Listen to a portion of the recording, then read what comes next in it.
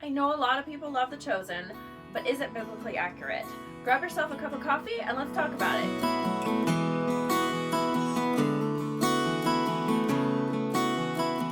Whose child is this? I don't know. You're gonna just lay there for a little bit? I just want to talk for a little bit. Is that okay? You're trying to be the center of attention? Hello friends, I'm Katie. Welcome back to my channel. Today we're going to do another little coffee chat. It's where I grab myself a cup of coffee, I go sit in my cozy little outdoor space, and we talk about something that's on my mind.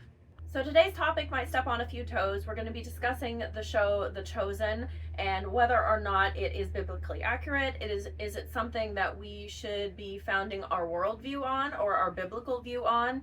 And is it safe to even watch it at all?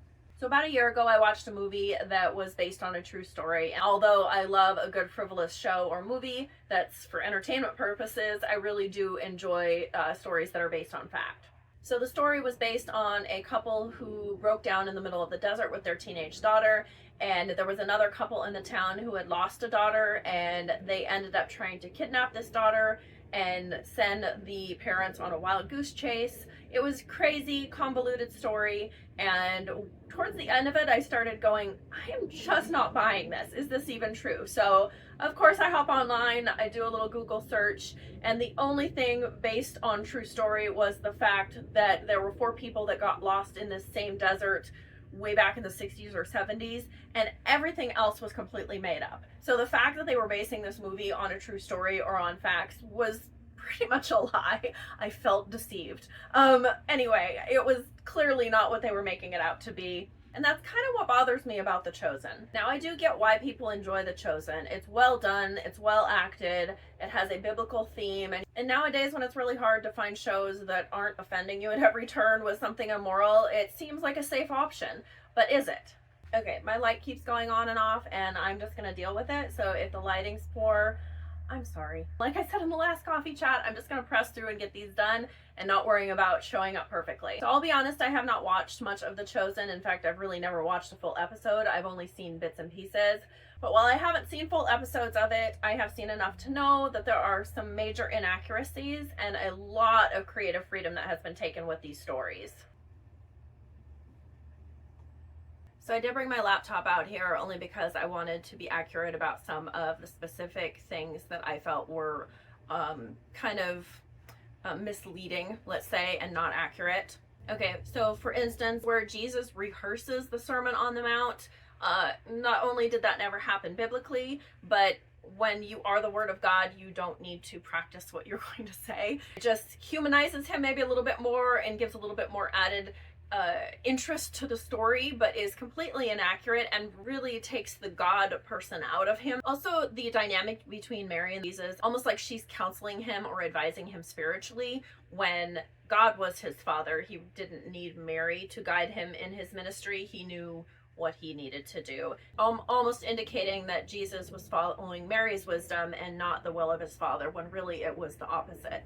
And again, I feel like that kind of takes his godness away, so to speak, and makes him more human and maybe more relatable, but it's not accurate. Another one is Mary Magdalene. She's called Lilith, I believe, in the episodes, and it indicates that she relapsed into demonic oppression.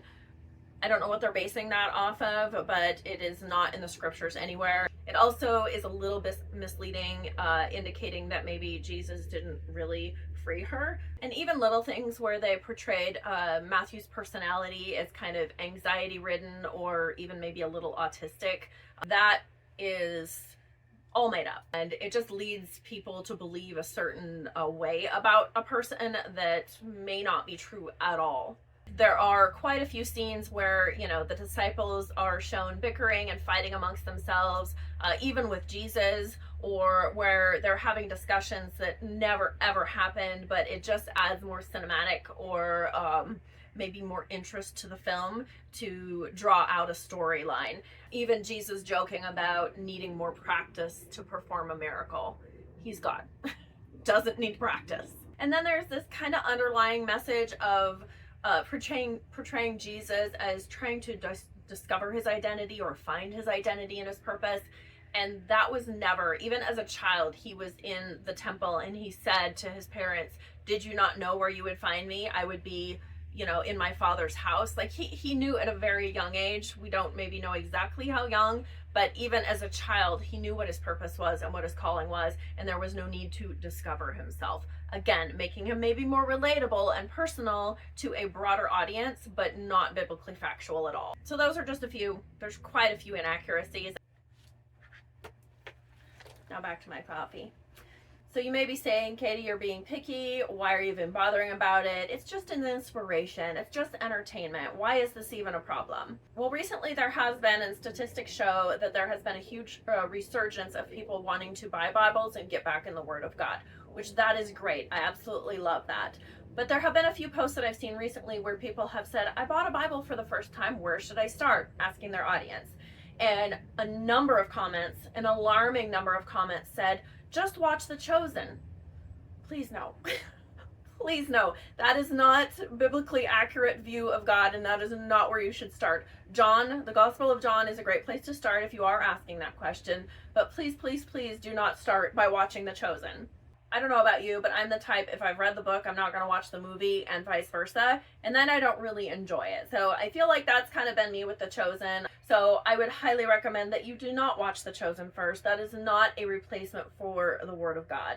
And in a world where we really don't spend a lot of time reading our Word or getting into the Word on our own, and we're listening to other people's opinions of it, that is a really dangerous place. The Word of God itself tells us to get in and study to show ourselves approved, rightly dividing the word of truth. So it isn't something that you should be taking from a second or third hand opinion or somebody else's view of who God is.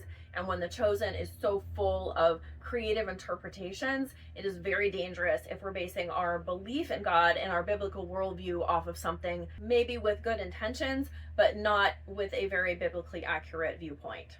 There's been a few Bible-themed movies or Bible-based movies that I have watched that I do feel are pretty accurate. I believe there's one called The Book of John. In fact, you know what? I will link below a couple that I would recommend. So I guess the next question we ask is it right to even be watching The Chosen at all? I don't want to be your conscience, but I do think that it is very dangerous when you don't know the Word of God to be watching something that is trying to portray the Word of God to you. I personally avoid it. I don't like, it really bothers me when I see the inaccuracies between the Word of God and the actual story itself. I feel like it's misleading, and that really gets to me, so I can't enjoy it. So I guess if you're watching it for entertainment purposes only, that's fine, but if that's going to be your view of who Jesus is and you're not reading the Word of God, then that is extremely dangerous. So I would suggest that you get in the Word of God, you read the story of Jesus before watching it. Although I will say, the more that you read the Word and the more that you get to know Jesus, then the less you'll probably enjoy watching The Chosen. So in conclusion, if you want to know Jesus, you need to get in the Bible. That's where it starts. Maybe start with the Book of John, but anywhere in the Word of God, anywhere in the New Testament, if you want to know who Jesus is, keep pressing in to seek him, and you will find him. You don't need a movie or a show or a series to guide you in that direction.